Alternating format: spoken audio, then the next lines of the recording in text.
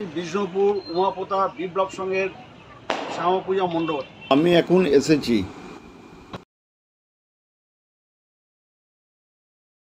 উমাপোতা বিপ্লব সংঘের যে পূজা 41 বছর পূজা চলছে শ্যামা পূজা, সেই পূজা কমিটির সম্পাদকের সঙ্গে কথা বলে জেনে নেব কী পূজার থিম হয়েছে এবং কী বলবো এই পূজার থিমটা কী, থিম কী হয়েছে কী বলবো। থিম হয়েছে রবি অঙ্গনে শ্যামা, এটাই হচ্ছে আমাদের পুজোর থিম। আমরা এই পূজা উপলক্ষে কত মানুষ মোটামুটি বেরিয়ে আসে এবং আপনাদের কেমন লাগে? হ্যাঁ, আমাদের তো ভালো লাগে, আমরা তো মানুষ দেখতে আসে বলেই আমরা থিম করেছি, মানুষের জন্যই আমরা করেছি, যাতে মানুষ খুশি হলে আমরাও আনন্দিত পাই। যখন প্রচুর মানুষ এখানে আসে, প্রায় প্রতিদিন 4-5 হাজার লোক হয় এখানে। আমার নাম সৌমেন নস্কর, আমি ক্লাব সম্পাদক। ঠাকুমা, কেমন লাগছে এই পূজায় আপনার এলাকাতে? কেমন এই মণ্ডপটা হয়েছে এবং এত লোকের সমাগম হয়, কেমন লাগে? ভালোই লাগে। মানে এই পূজাটা যখন থেকে তৈরি হয়েছে তখন থেকেই আপনি আছেন? আছে বলতে আমি ছিলাম, যদিও এখানে ছিলাম না তখন। আমি আমার একটু বাড়ি ভিতরে তখনকার পূজা এখনকার পূজা অনেক তারতম্য হয়ে গেছে। কি নাম আপনার? লীলা সামনে।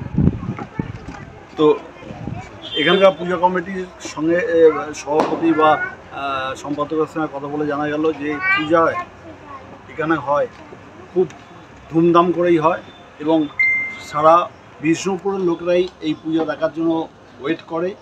বছরে তারা এবারে যখন কালী পূজা কালী বিসর্জন হয়ে যাবে তারপরে দিন থেকেই আবার এখানে আসার জন্য তারা চিন্তা করে যে পরের বছর কী থিম হবে মণ্ডপের এবং কি হবে।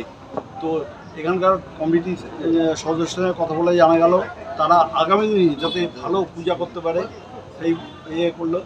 তো কমিটির নাম কি? আপনি এই পূজা কমিটিকে আর কত বছর ধরে পুজো হচ্ছে কি বলবেন? এই পূজা কমিটির নাম হলো উমাপোতা বিপ্লব সংঘ। এটা আমাদের 41তম বর্ষের পূজা। আমি ক্লাব সভাপতি। তো এই এইবারে যে মণ্ডপটা কী জন্য? এবারের পূজা মণ্ডপটা আমরা করেছি, থিম করেছি রবি অঙ্গনে শ্যামা। কেন করলেন এই?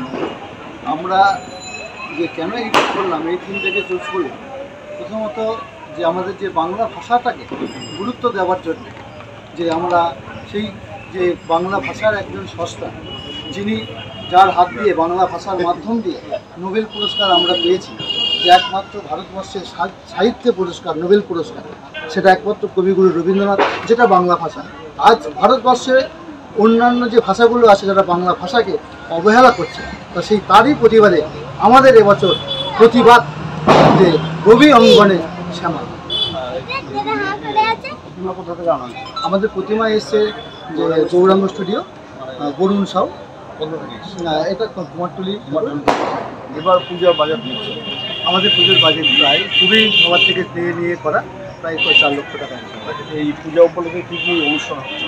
আমরা গতকাল প্রায় 300-র উপর লোককে বস্ত্র বিতরণ করেছি।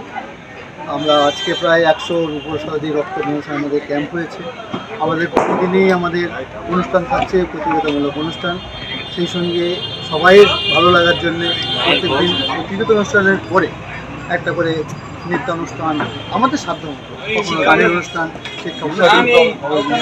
আমাদের বিসর্জন আগামী শুক্রবার হয়তো করতে হবে, কিন্তু আমরা আমাদের প্রশাসনকে আমরা রিকোয়েস্ট করেছি শনিবার পর্যন্ত আমরা সময় নিয়েছি।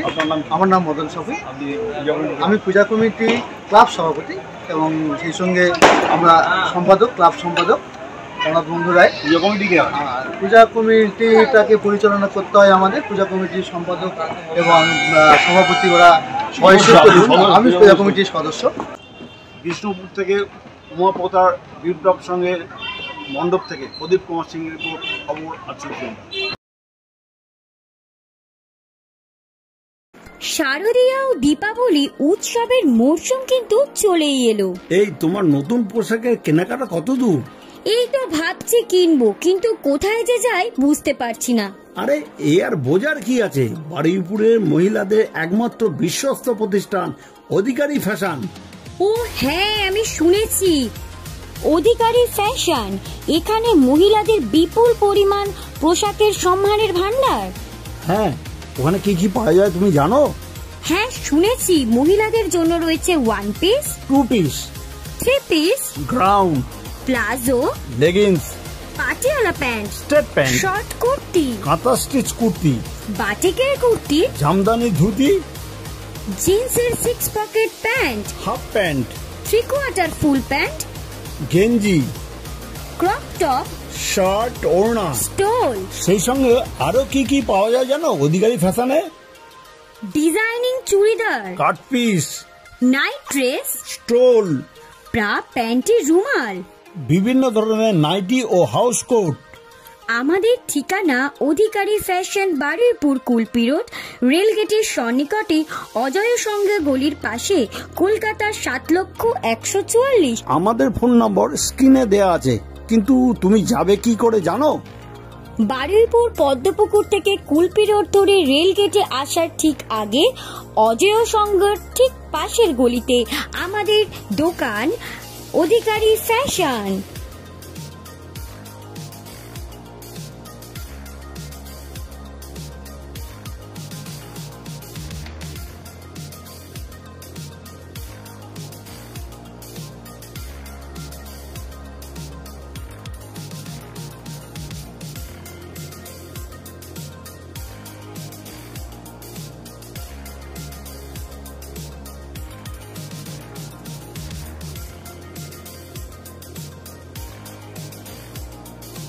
বারুইপুর কুলপি রোড গড়িয়ার ওদিক থেকে আসছে, বারুইপুর রেলগেট এদিকে মিডিলেই অধিকারী ফ্যাশন।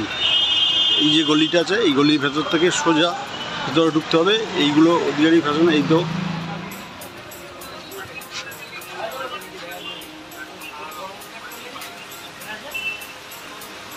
আরেকটা দোকান আছে সোজা সামনে আসছে, এইগুলো করে এই অধিকারী ফ্যাশন।